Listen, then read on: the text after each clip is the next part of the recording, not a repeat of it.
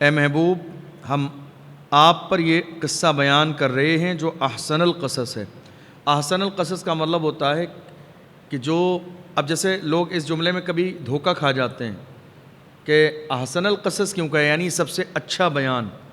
مطلب یہ ہے کہ جو انبیاء سابقین یعنی جو پچھلے انبیاء کرام، ٹھیک ہے، تو ان کی امتوں کے جو بہت سارے واقعات ہیں ان کی طرف نسبت کرتے ہوئے کہا گیا کہ یہ ان میں سب سے زیادہ اچھا ہے۔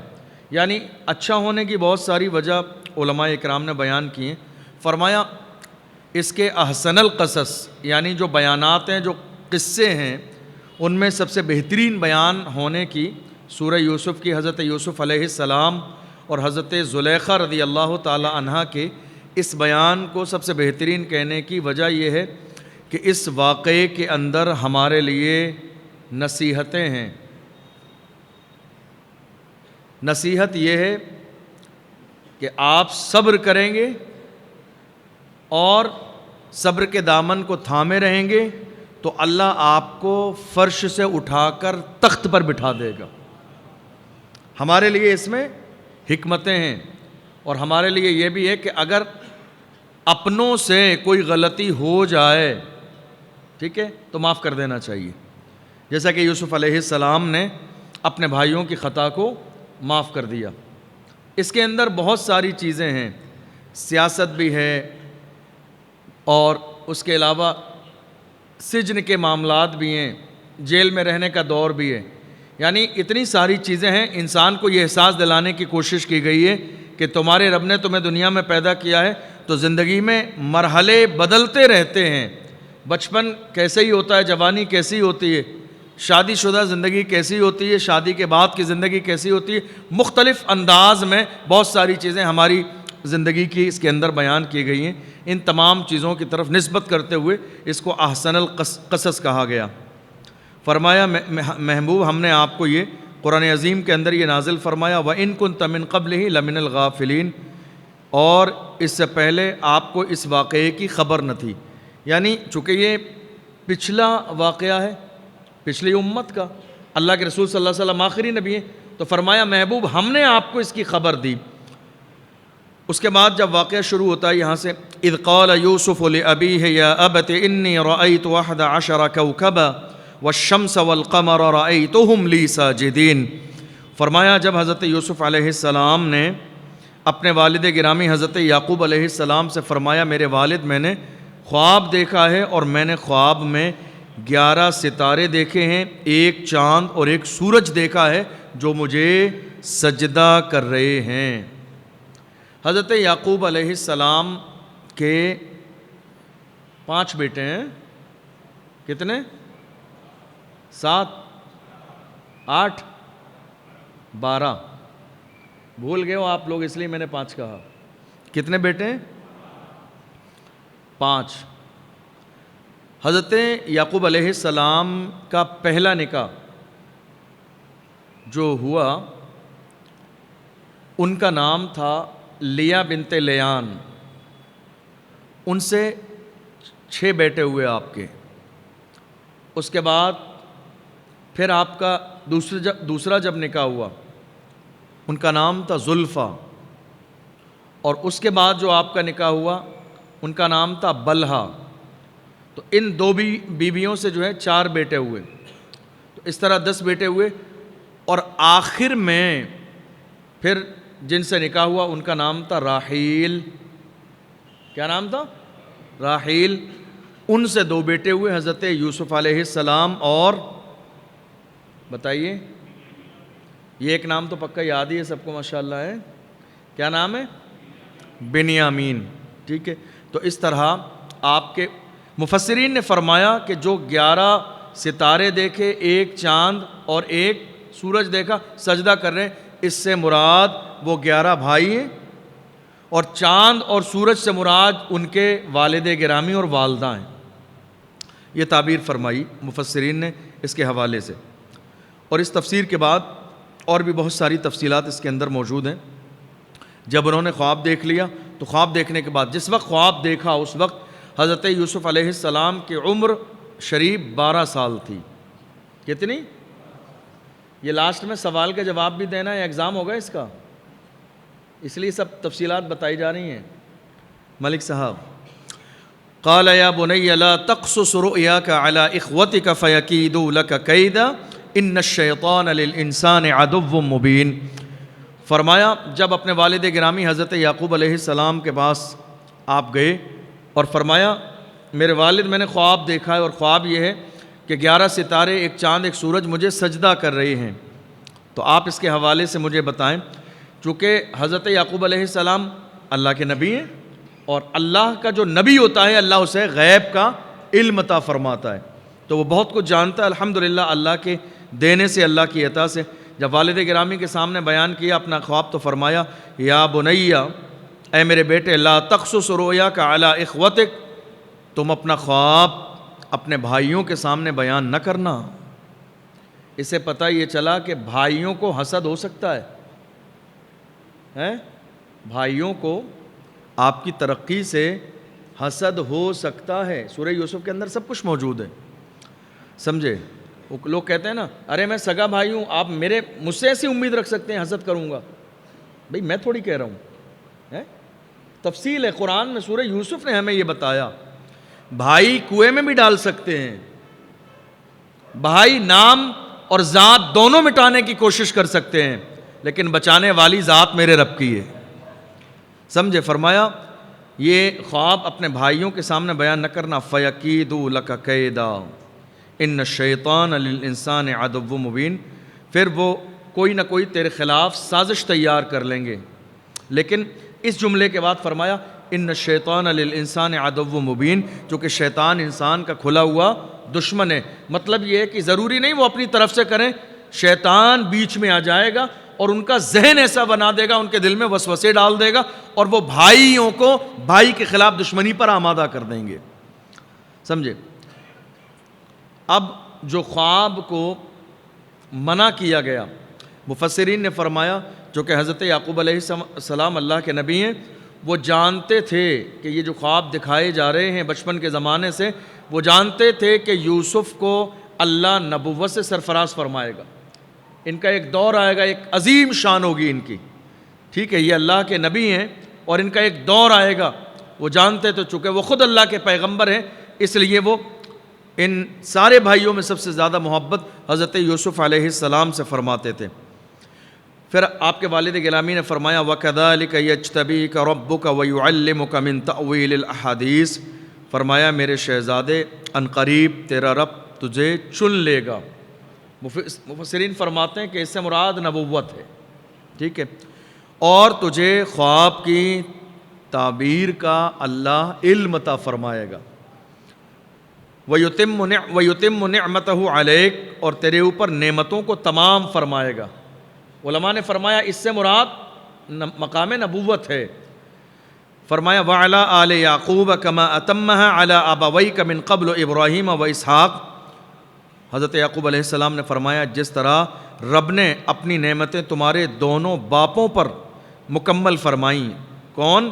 حضرت ابراہیم علیہ السلام اور حضرت اسحاق علیہ السلام، اسی طرح رب میرے شہزادے تیرے اوپر بھی اپنی نعمتوں کو مکمل فرمائے گا۔ لَقَدْ كَانَ فِي يُوسُفَ وَإِخْوَتِهِ آيَاتٌ لِلسَّائِلِينَ، فرمایا یوسف اور ان کے بھائیوں کے اس واقعے میں بہت ساری نشانیاں ہیں سوال کرنے والوں کے لیے۔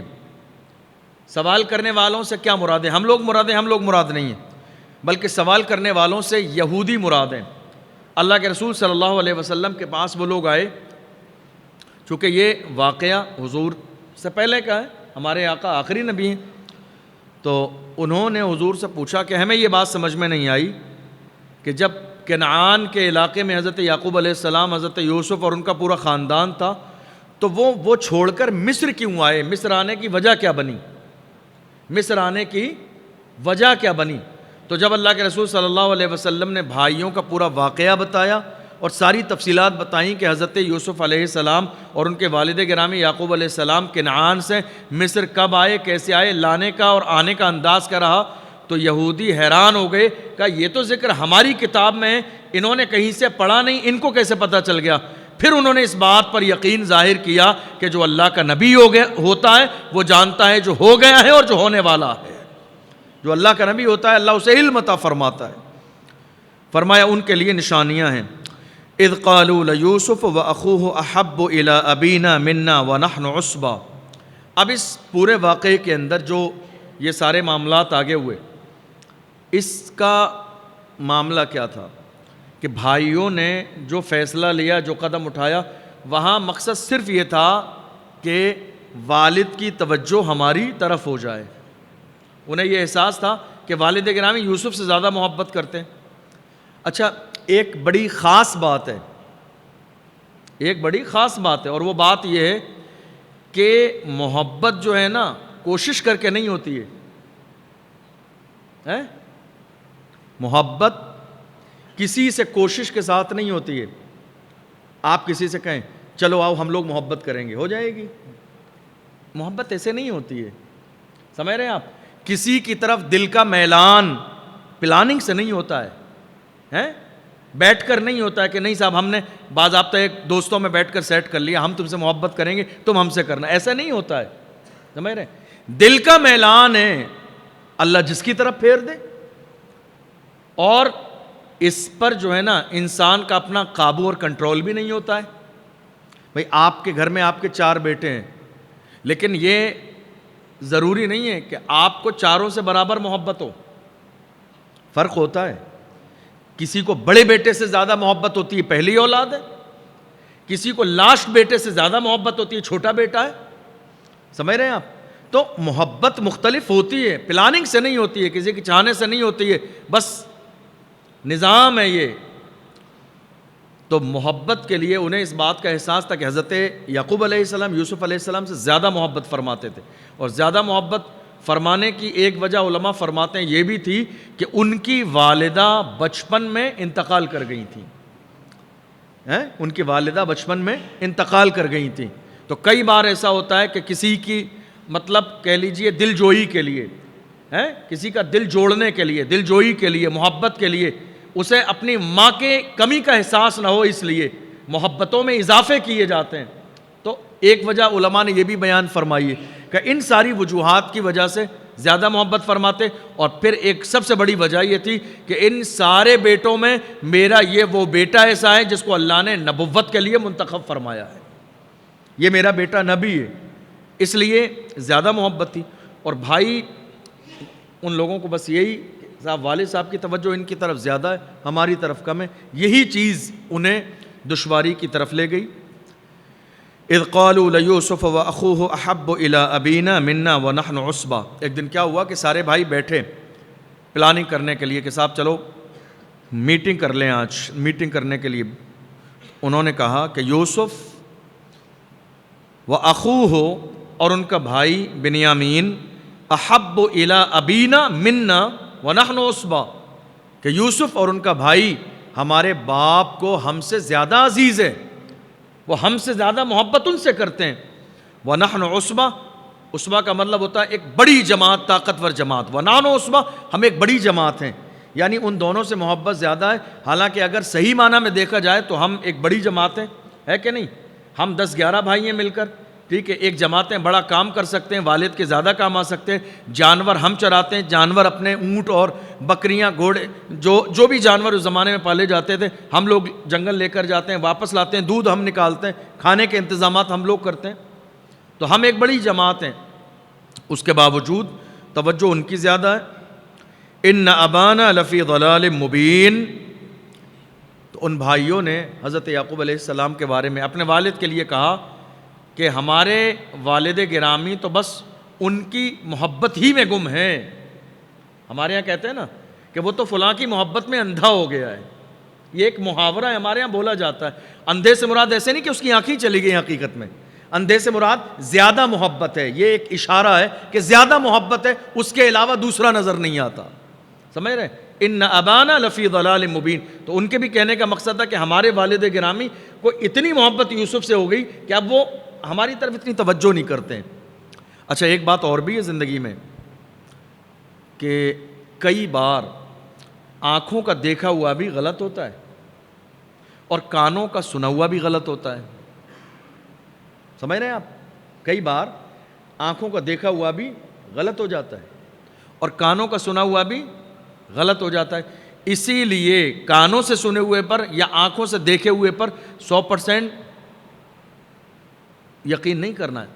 پوچھ لیجئے، تحقیق کر لیجئے، ڈسکس کر لیجئے. رائے مشورے میں کچھ نہیں جاتا، پیسے تھوڑی لگتے ہیں، لیکن تحقیق کرنے کے بعد بہت اچھا ہو جاتا ہے. آپ نے جو اپنے دل میں میرے لیے سوچا وہ آپ نے سوچا نا. ہو سکتا ہے جیسا آپ سوچ رہے ہیں ویسا نہ ہو سکتا ہے جو آپ کے ذہن میں ہو بات ویسی نہ ہو سکتا ہے جیسا آپ کے دل میں بیٹھ گئی ہو اصل واقعہ ویسا نہ ہو سکتا ہے جیسا آپ نے ذہن میں خاکہ تیار کر لیا ہو اصل کنڈیشن ویسی نہ ہو. تحقیق کر لینے میں فائدہ ہے. حضرت یوسف علیہ السلام کے بھائیوں نے مشورہ کیا، میٹنگ چل رہی تھی، کہا اب کیا کریں، اب حل کی طرف آؤ. اب یہ بہت لمبی میٹنگ ہو گئی، مشورہ بہت ہو گیا، اب فائنل بتاؤ کرنا کیا ہے. اب سب الگ الگ میٹنگ میں رائے دے رہے ہیں. ایک صاحب نے کہا اقتلوا یوسف، ایسا کرتے ہیں یوسف کو قتل کر دیتے ہیں، یوسف کو قتل کر دیتے ہیں. تھوڑے دن غم ہوگا اور اس کے بعد پھر والد، چونکہ بیٹے ہم ہی ہیں ان کا کام کرنے والے، تو ان کی توجہ ہوگی کدھر، ہماری طرف نہیں ہوگی. محبت بھی بڑی انمول چیز ہے، مل جائے تو قدر کر لینی چاہیے. میں محبت سے مراد وہ محبت نہیں کہہ رہا ہوں جو محبت آپ میں سے بہت سارے لوگوں کے دماغ میں چل رہی ہوگی. والدین کی محبت انمول چیز ہے، بھائیوں کی محبت انمول چیز ہے، دوستوں کی محبت انمول چیز ہے. محبت نعمت ہے، مل جائے تو قدر کر لیجئے، اس لیے کہ اللہ نعمت سے محروم کر دیتا ہے تو دنیا نعمتوں کے لیے ترس جاتی ہے. بھائی کی محبت نعمت ہے، بوڑھی ماں کی محبت نعمت ہے، بوڑھے باپ کی محبت نعمت ہے. دروازوں پر بوڑھے باپ کی جوتیاں پڑی ہوتی ہیں نا، ان کا بھی اپنا ایک روب ہوتا ہے. نعمت ہے، نعمت. والدین کی محبت، دوستوں کی محبت. آپ کی زندگی میں اگر ایک شخص بھی ہے آپ کا خیال رکھنے والا، نعمت ہے. کوئی ہے آپ کے دکھ اور سکھ میں شریک ہونے والا، نعمت ہے، قدر کیجئے. اترائیے نہیں، غرور مت کیجئے، بڑا نہیں سمجھیے، نعمت ہے یہ. اللہ نے یہ نعمت عطا فرمائی ہے، جس نعمت کی قدر نہ کی جائے اللہ اس نعمت سے محروم کر دیتا ہے. ہماری زندگی میں ایک شخص بھی ہے اگر ہمیں اپنا سمجھنے والا، اپنی حیثیت کے مطابق ہمارے دکھ سکھ میں شریک ہونے والا، اللہ کی بہت بڑی نعمت ہے. نعمتوں کی قدر ہونی چاہیے. میٹنگ چل رہی ہے، اقتلوا یوسف، یوسف کو قتل کر دو. یہ ساری میٹنگ ہے کس کے لیے؟ بس اٹینشن، توجہ ہماری طرف ہو جائے. اقتلوا یوسف، یوسف کو قتل کر دو. دوسرے بھائی نے رائے دی اَوِطْرَحُوهُ أَرْضًا يَخْلُ لَكُمْ وَجْهُ أَبِيكُمْ، یوسف کو لے جا کر کسی ایسی بیامان دور زمین میں لے جا کر ڈال کر آ جاؤ کہ پھر والد کی توجہ صرف ہماری طرف رہے. یخلو لکم وجہ ابیکم، تمہارے والد کا چہرہ صرف تمہاری طرف رہے، اور کس کو دیکھیں گے جب یوسف ہوں گے ہی نہیں تو. وَتَكُونُوا مِن بَعْدِهِ قَوْمًا صَالِحِينَ. اب رائے دیجیے، کہا ایک نے کہا قتل کر دو، ایک نے کہا وہاں لے جاؤ، اور اس کے بعد قتل کی اور ان ساری چیزوں کی رائے دینے کے بعد ایک صاحب نے کہا ٹھیک ہے یہ سب کر دو. وَتَكُونُوا مِن بَعْدِهِ قَوْمًا صَالِحِينَ، یہ سارے غلط کام کرنے کے بعد میں توبہ کر کے نیک ہو جانا.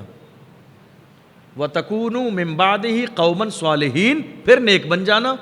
یا تو قتل کر دو یا دور لے جا کے بیابان علاقے میں چھوڑ کے آ جاؤ کہ والد ان سے نہ ملیں یا ان سے نہ ملیں. ٹھیک ہے. اب اس کے بعد ایک اور رائے کہا قَالَ قَائِلٌ مِّنْهُمْ لَا تَقْتُلُوا يُوسُف. ایک بھائی نے کھڑے ہو کے کہا نہیں، یوسف کو قتل نہیں کرنا ہے. ہمارے درمیان یہ طے نہیں ہوا تھا کہ ہم یوسف کو قتل کریں گے. ہمارا مقصد یوسف سے دشمنی صرف نہیں ہے، ہمارا مقصد والد کی توجہ حاصل کرنا ہے کہ وہ ہم سے ویسی محبت کرنے لگیں. فرمایا یہ طے نہیں ہوا تھا. پھر رائے کیا آئی؟ وَأَلْقُوهُ فِي غَيَابَةِ الْجُبِّ يَلْتَقِطْهُ بَعْضُ السَّيَّارَةِ إِن كُنتُمْ فَاعِلِينَ. فرمایا یوسف کو لے جا کر کسی ایسی جگہ لے جا کر ڈال دو، یا کسی گہرے کنویں میں لے جا کر ڈال دو، وہاں لے جا کر ڈالو گے. یا پھر کچھ لوگوں نے کہا اس سے مراد یہ ہے کہ پانی والے کنویں میں ڈال دو. پانی والے کنویں میں ڈالو گے اور راستے کے قریب ایسا کنواں ہو جس میں ڈالو گے آپ. بعض السیارۃ ان کنتم فاعلین یلتقطہ بعض السیارہ. اب وہاں سے کیا ہوگا؟ بہت سارے قافلے گزریں گے اور جب گزریں گے تو پانی کا کنواں دیکھ کر، اس زمانے میں چونکہ اس طرح کے ہینڈ پمپ اور چیزیں نہیں ہوتی تھیں پانی کے لیے، لوگ کنواں کہیں دیکھ لیتے تھے تو ایسا لگتا تھا عید ہو گئی ہے ان کی، پانی مل گیا۔ پانی کی تلاش کے لیے خیمہ لگانے کے بعد لوگ کئی کلومیٹر چلے جاتے تھے پانی کی تلاش میں، یہ حال ہوتا تھا۔ فرمایا کنویں میں ڈال دو، ایسا ہوگا کہ لوگ پانی کے لیے ڈول ڈالیں گے، ان کو دیکھیں گے تو ان کو اپنے ساتھ لے جائیں گے اور بہت آسانی کے ساتھ یہ والد کی نظروں سے دور ہو جائیں گے۔ ان کنتم فاعلین، اگر تم ایسا کر سکتے ہو تو ایسا کرو۔ قالوا یا ابانا ما ل، اب جب پلاننگ ہو گئی تو فیصلہ اس بات پر ہوا کہ چلو قتل نہیں کرتے ہیں، یہ اچھی بات نہیں ہے، ایسا کرتے ہیں باپ کی نظروں سے دور کر دیتے ہیں تاکہ پھر ان کی توجہ ہمارے اوپر رہے۔ توجہ بھی بڑی عجیب چیز ہے۔ تو اب کیا ہوا کہ ٹھیک ہے ان کو لے کے چلتے ہیں۔ کہاں لے کے جائیں گے؟ کہ اب والد گرامی سے چونکہ اب ان کو مطلب وہاں تک لے کے کیسے جائیں؟ گھر سے تو والد نکلنے ہی نہیں دیتے، گھر سے تو محبت اتنی زیادہ غالب ہے کہ وہ اپنی نظروں کے سامنے رکھتے ہیں، دور ہونے ہی نہیں دیتے ہیں۔ محبت اتنی زیادہ غالب ہے، باہر ہی نہیں جانے دیتے، اپنے قریب رکھتے ہیں کہ ہر لمحے میری نظر کے سامنے رہے۔ ہوتے ہیں ایسے کچھ لوگ ہماری زندگی میں جن کے آنے پر دلوں کو چین ملتا ہے۔ کچھ لوگوں کی شخصیت ہماری زندگی میں ایسی ہوتی ہے جن کا وجود ہمارے تسکین اور سکون کا باعث ہوتا ہے، ان کے آنے پر خوشی ہوتی ہے اور ان کے جانے پر غم ہوتا ہے۔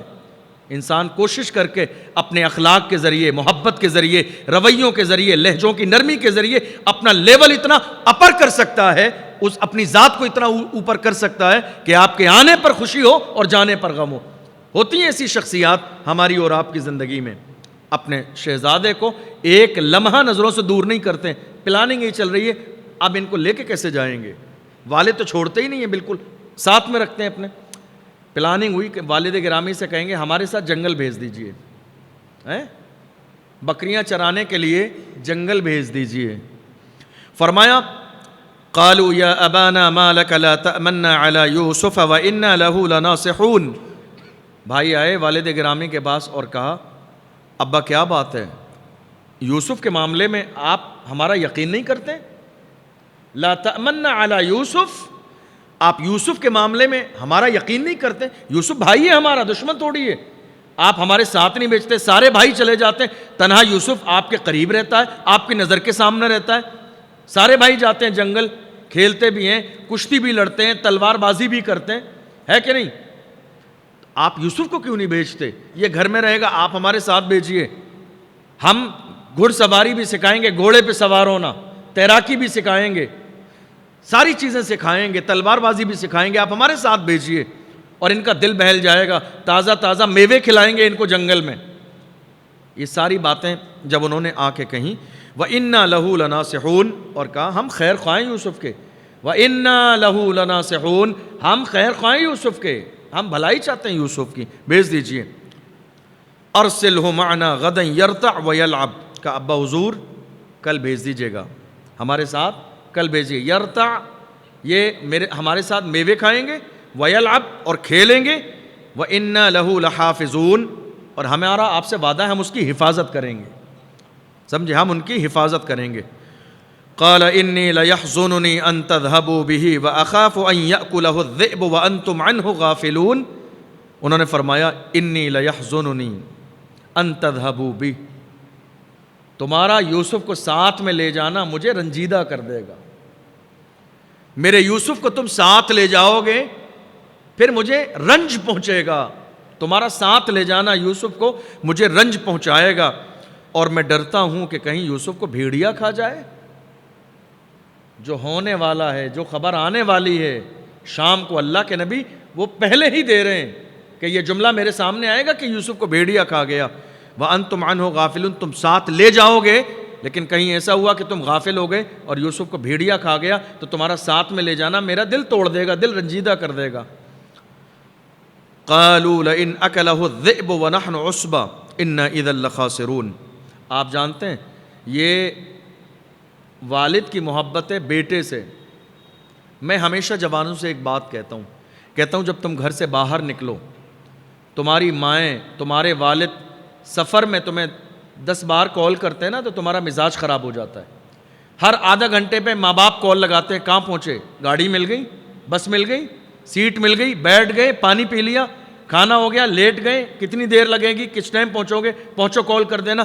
کتنے جوان ایسے ہیں جن کے چہرے کا جغرافیہ بگڑ جاتا ہے، ناراض ہو جاتے ہیں ماں باپ کے ساتھ، غلط جملوں میں بات کرنے لگ جاتے ہیں۔ میں کہتا ہوں اللہ کا شکر ادا کیا کرو، تمہاری زندگی میں کوئی تو خیال رکھنے والا ہے، کوئی تو ہر لمحے کی فکر کرنے والا ہے، کوئی تو جاننے والا ہے، کوئی تو پوچھنے والا ہے، کوئی تو اتنا فکر مند ہے کہ تم سلامت ہو کہ سلامت نہیں ہو۔ دنیا تو تمہیں گرانے میں لگی ہے، بہت کم لوگ تمہاری زندگی میں ایسے ہیں جو تمہاری سلامتی چاہتے ہیں، ہر لمحے کی فکر چاہتے ہیں۔ خوش نصیب ہے وہ انسان جو گھر سے 2 قدم باہر نکلے تو 4 لوگ صرف یہ پوچھنے کے لیے فون کریں کہاں ہو، کیسے ہو، کب آؤ گے، سلامت ہو کہ سلامت نہیں ہو۔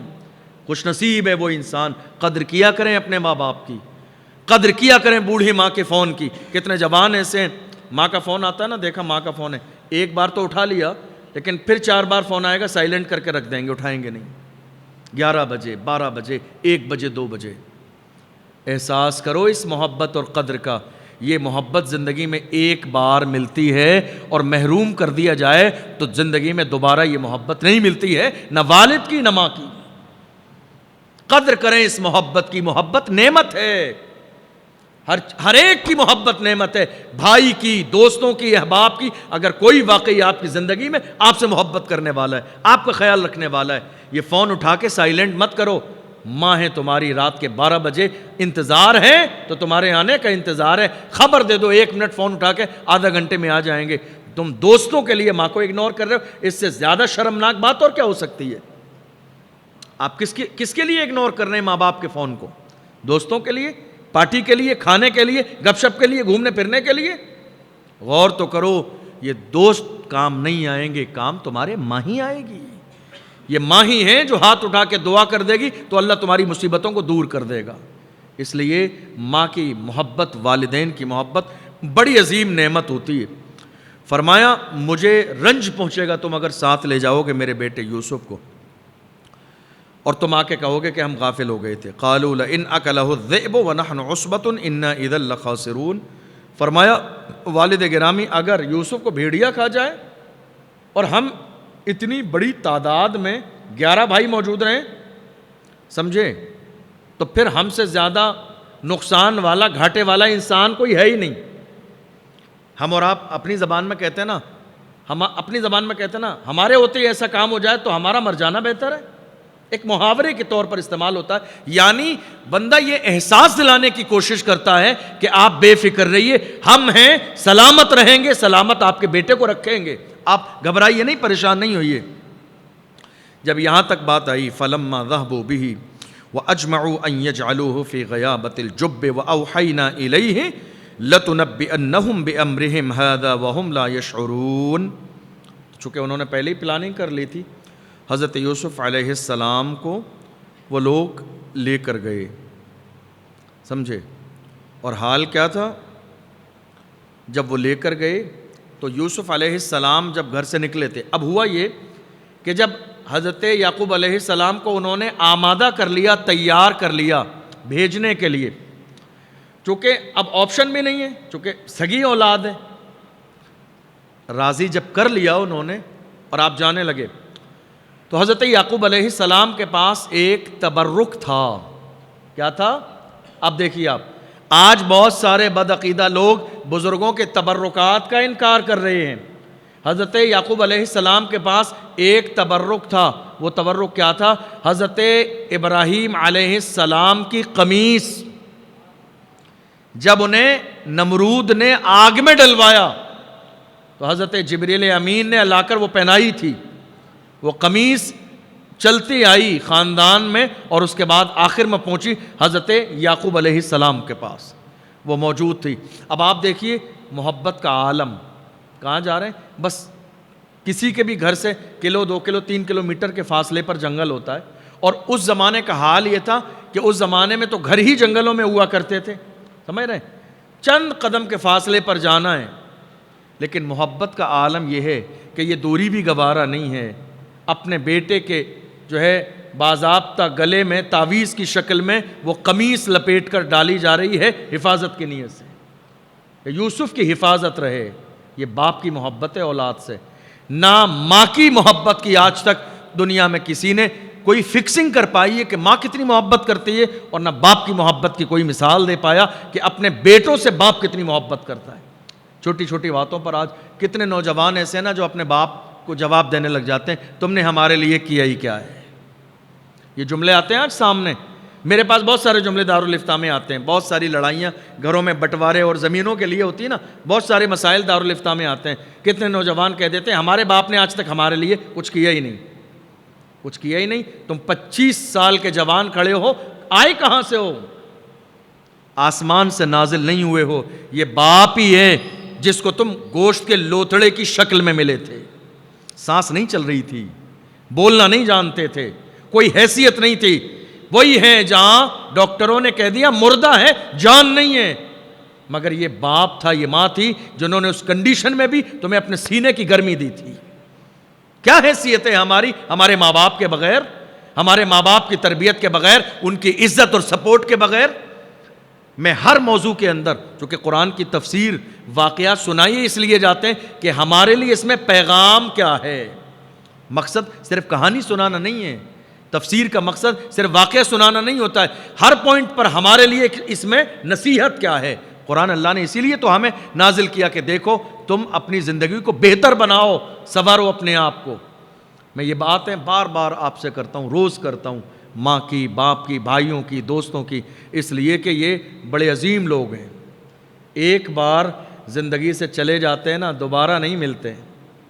ایک بار چلے جائیں، ایک بار چلے جائیں، دوبارہ نہیں ملتے ہیں، یادیں رہ جاتی ہیں، بس یادیں رہ جاتی ہیں۔ اس لیے آپ سب جتنے بھی لوگ یہاں بیٹھے ہوئے ہیں، قدر کیا کریں اپنے ماں باپ کی، عزت کیا کریں اپنے ماں باپ کی، نافرمانی نہ کیا کریں، دل نہ توڑا کریں، ان کے سامنے تیز نہ بولا کریں، اپنا حکم نہ چلایا کریں، گھر جایا کریں تو گھر کے دروازے پر یہ محسوس کر لیا کریں اب ہم حاکم اور بادشاہ کے پاس جا رہے ہیں، گھر کے دروازے پر یہ محسوس کیا کریں اب ہماری یہاں حیثیت خادم والی ہے، آقا گھر کے اندر ہے۔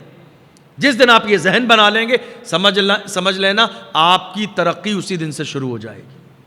ترقی چاہتے ہیں کسی حضرت کے پاس دعا کرانے مت جائیے، سب سے بڑے حضرت آپ کے گھر میں ماں باپ کی شکل میں موجود ہیں، سمجھ رہے ہیں آپ؟ سب سے بڑے حضرت، سب سے بڑے پیر صاحب گھر میں ہمارے ماں باپ کی شکل میں موجود ہیں، ان سے دعائیں لیجئے، ان کی قدر کیجئے، عزت کیجئے، دیکھنا وہ دل سے دعا دے دیں گے، اللہ کتنا نوازے۔